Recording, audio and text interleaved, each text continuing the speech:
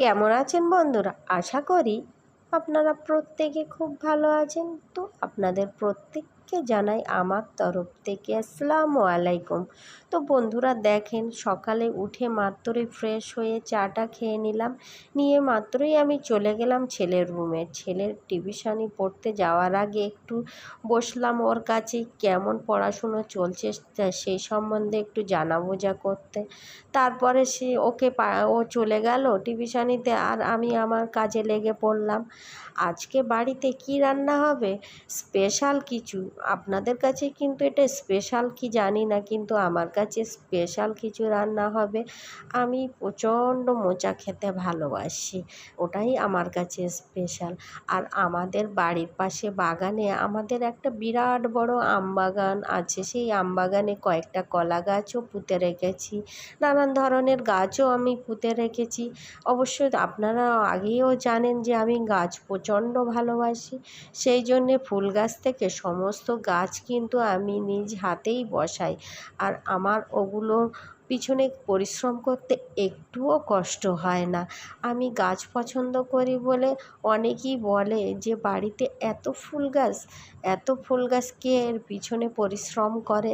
নিশ্চয়ই অন্য কেউ করে। আমি বলি না, সংসারের সমস্ত কাজের মধ্যে দিয়েও আমি কিন্তু এই গাছের পিছনে যখন পরিশ্রম করি তার মধ্যে আনন্দ আর এই পৃথিবীতে আমার একদমই কিছুই মনে হয় না। মনে হয় যেন এর মধ্যে যে কি আনন্দ বা সুখ শান্তি আছে, সেটা আপনাদেরকে আমি বলে বোঝাতে পারবো না। কিন্তু দেখেন, আপনাদের সঙ্গে গল্প করতে করতে কিন্তু এদিকে মোচাটাও কিন্তু আমি বেছে রেখেছিলাম, আমি আর মা দুজনে মিলে। তারপরে এটাকে আমি রান্না শুরু করে দিলাম। আজকে মোচা চিংড়ির ছোলা দিয়ে খুব সুন্দরভাবে রান্না করব। আমি বেশি অংশ মোচা ছোলা চিংড়ি দিয়েই খেতে ভালোবাসি। অনেকেই কিন্তু ডাল দিয়েও মোচা রান্না করে, কিন্তু আমার ডালের থেকে এই যে ছোলা মোচা দিয়ে রান্নাটা হলে না, এই দিয়েই এক থালা ভাত খাওয়া হয়ে যায়। কিন্তু কিছুই করার নেই, আমার ছেলে যে এটা খাবে না, তার জন্যে আলু দিয়ে, মাছ দিয়ে, টমেটো দিয়ে, ধনেপাতা দিয়ে রান্না করব।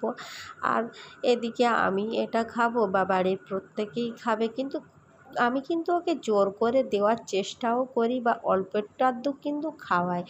তো ওটা একটুখানি হয়ে যায়, তো সেই জন্যে আমার ফ্যামিলিতে অনেকটা মেম্বার আছে, সেই জন্যে একরকম পদ রান্না তো হয় না। তাই আমি এদিকে বড় সাইজের একটা তেলাপিয়া মাছ এখান থেকেই কিনলাম, রাস্তা দিয়ে যাচ্ছিল। আজকে কিন্তু আর আপনাদের দাদাভাইকে বাজার করতে পাঠালাম না, প্রত্যেক দিন যেতে একদমই পছন্দ করে না। একদিন বা আমি এখান থেকেও কিনে নিই। আর আমাদের বাগান আগান আছে, এখানে অনেক রকম সবজি আমি চাষ করে রেখে দিয়েছি। পুকুরও আছে, কিন্তু পুকুরে মাছটা কে ধরবে বলেন তো? বছরে দুবার তিনবারই হয়তো ধরা হয়। আপনাদের দাদাভাই কিন্তু জাল ফেলতে পারে, কিন্তু সময় কোথায় আপনাদের দাদাভাইয়ের? সেই জন্যে জাল ফেলারও সময় পায় না। আর আমিও পারি, কিন্তু এখন একদমই আর পারি না, খুব দম লাগে। আসলে অ্যালার্জির প্রবলেম থেকে আমার সমস্ত কিছু কাজের এনার্জি কিন্তু আমার নষ্ট হয়ে গেছে। আগে খুব এনার্জিফুলভাবেই কিন্তু আমি পুকুরের মাছ ধরতাম। আপনাদের দাদাভাই ও খুব মাছ পছন্দ করে ধরতে, কিন্তু সময় একদমই পায় না।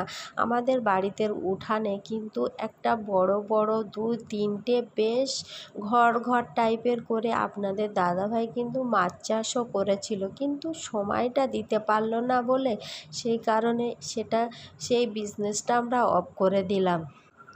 তো খাওয়া দাওয়া ওদিকে কমপ্লিট করে আমি বিকালের দিকে একটা অনলাইনতে মাল নিয়েছিলাম, সেটা আপনাদের কাছে শেয়ার না করে আর পারি। এত সুন্দর একটা জিনিস, এটা অবশ্য আমি ডাইনিংয়ের দেওয়ালেই মারবো, যখন মারবো সেটা অবশ্যই আপনাদের কাছে আমি শেয়ার করব, কিন্তু এটা একদমই না শেয়ার করে আর পারলাম না।